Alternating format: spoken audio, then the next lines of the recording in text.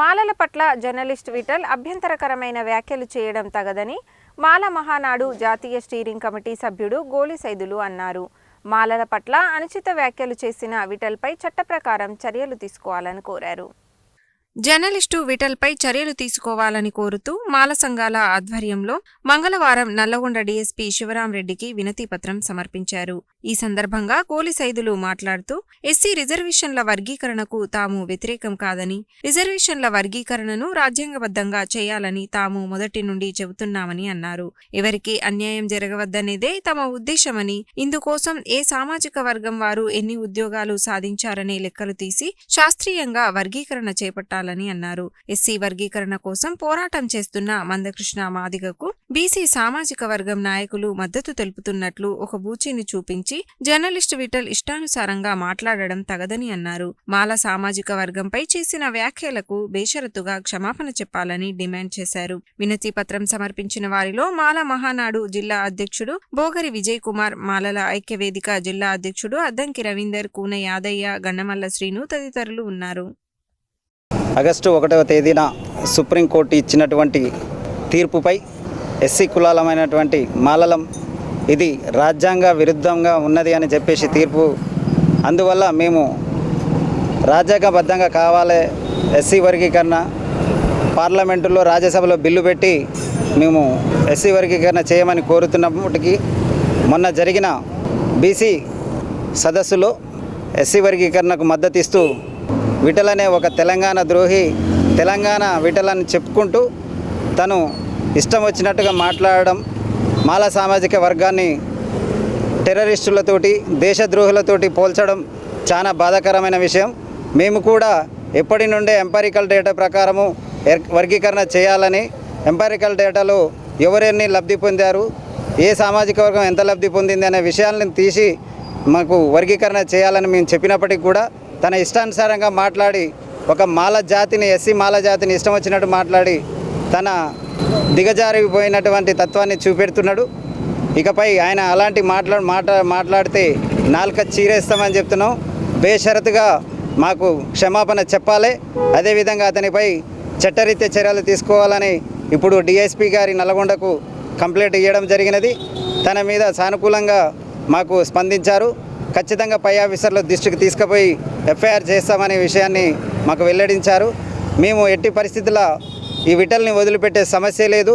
అందరూ కూడా ఆ మీటింగ్లో ఉన్నటువంటి సందర్భాల్లో బీసీలు అందరూ కూడా స్పందించారు.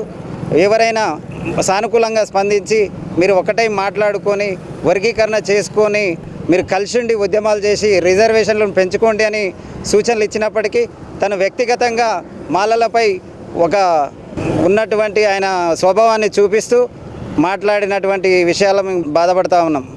మొన్న 5వ తారీఖు నాడు తెలంగాణ విఠల్ అనే వ్యక్తి మాలలపై చాలా బాధాకరమైన మాటలు మాట్లాడడం జరిగింది.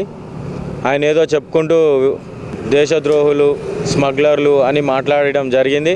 ఆయనకి ఉద్యమ చరిత్ర, ఎస్సీల చరిత్ర తెలియదు. అసలు అతనికి చరిత్ర తెలుసుకోమని చెప్తున్నాం, హెచ్చరిస్తున్నాం. ఈ కుల సంఘాలు ఏర్పడ్డది కుల సంఘాలుగా బలపడి రాజ్యాధికారం కోసం పోవాలని ఆ రోజు వీరన్న పిలుపునిస్తే ఈ కుల సంఘాలని కొంతమంది వ్యక్తులు స్వార్థం కోసం వాడుకొని ఇవాళ దళితులని, బీసీలను విచ్ఛిన్న జాతికి తీసుకుపోయి రాజ్యాధికారానికి దూరం చేసే కుట్రలు జరుగుతుంటే అంబేద్కర్ వారసులుగా మేము వర్గీకరణ రాజ్యాంగబద్ధంగా చేయమని అంటున్నాం. కానీ వర్గీకరణ వద్దు అనట్లేము. ఈ ఉన్న 59 ఉపకులాలకు అన్యాయం చేయాలని మాలల ఉద్దేశం ఏనాడు లేదు. అందరికీ సమాన ఫలాలు పొందాలంటే దాన్ని చట్టబద్ధంగా, రాజ్యాంగబద్ధంగా చేయమని అన్నాం. కానీ ఒక వ్యక్తికో, ఒక కులానికో, లేకపోతే ఒక జాతికో మేము వ్యతిరేకం కాదని 94 నుంచి కూడా సుప్రీంకోర్టు తీర్పు కూడా ఇదే ఇచ్చింది. ఈనాడు కూడా సుప్రీంకోర్టు అది తీర్పు కాదు, జస్ట్ సూచన. అది కూడా ఎంపారికల్ డాటా పూర్తి సమాచారం తీసుకొని వర్గీకరణ చేయమని, దాని ప్రకారమే చేయమని మేము అంటున్నాం. కానీ మేము వర్గీకరణ వద్దనో, లేకపోతే ఒక జాతినో, లేకపోతే ఎవరిని వ్యతిరేకిస్తలేము.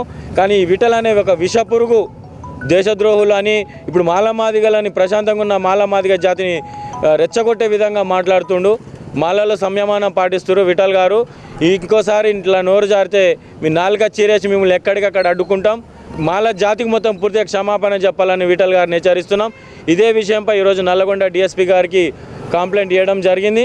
వారు కూడా సానుకూలంగా స్పందించి చర్యలు తీసుకుంటా అని చెప్పడం చాలా సంతోషకరమని తెలియజేస్తున్నాను. ఈ యొక్క 2000 మేలో ఆగస్టు 1న ఏబీసీ వర్గీకరణ చేసుకోవాలని సుప్రీంకోర్టు ఇచ్చింది. దానికి అనుగుణంగా మాదిగలు మాలలు ఎన్నో ఉద్యమాలు చేయడం జరుగుతుంది. మేము మాలను కూడా మాల సింహగా చంపడం జరిగింది. ఆ సందర్భంగా నిన్న 5వ తారీఖు నాడు సోమాజిగూడ ప్రెస్ క్లబ్లో బీసీల సదస్సు అంటే ఎంఆర్పిఎస్కు మద్దతుగా ఒక సమావేశం ఏర్పాటు జరిగింది. ఆ సమావేశంలో తెలంగాణ విఠల్ జర్నలిస్టు ఒక మాలని అతి ఘోరంగా అంటే ఒక మనిషికి ఈ సానుభూతి లేకుండా ఒక స్మగ్లర్లని దొంగలని రాజ్యాంగ ద్రోహులని మాట్లాడుతున్నారు. అతను అంటే ఒక జాతికి అంటే ఒక మాల మాదిగ అనేది ఒక కులం అన్నదమ్ముల పిల్లడు అంటే మాలోళ్ళు ద్రోహులు అన్నప్పుడు మాదిగో సంక్రమం పెట్టుకుంటు అంటే ఒకే వర్గానికి మాట్లాడడం చాలా తప్పు. కాబట్టి అతనిపై మేము ఎస్సీ ఎస్టీ అట్రాస్ కేసు చేయాలని ఈరోజు నల్గొండ జిల్లాలో డిఎస్పీ ఆఫీస్ దగ్గర డిఎస్పీ గారికి వినతిపత్రం జరిగింది. అది మీద ఎస్సీ ఎస్టీ కేసు పెడతామని మాకు హామీ ఇవ్వడం జరిగింది. కాబట్టి అతనిపై ఖచ్చితంగా ఎస్సీ ఎస్టీ కేసు పెట్టాలని నల్గొండ జిల్లా మాల జేఏసీ తరఫున అందరం కూడా కోరుతున్నాం.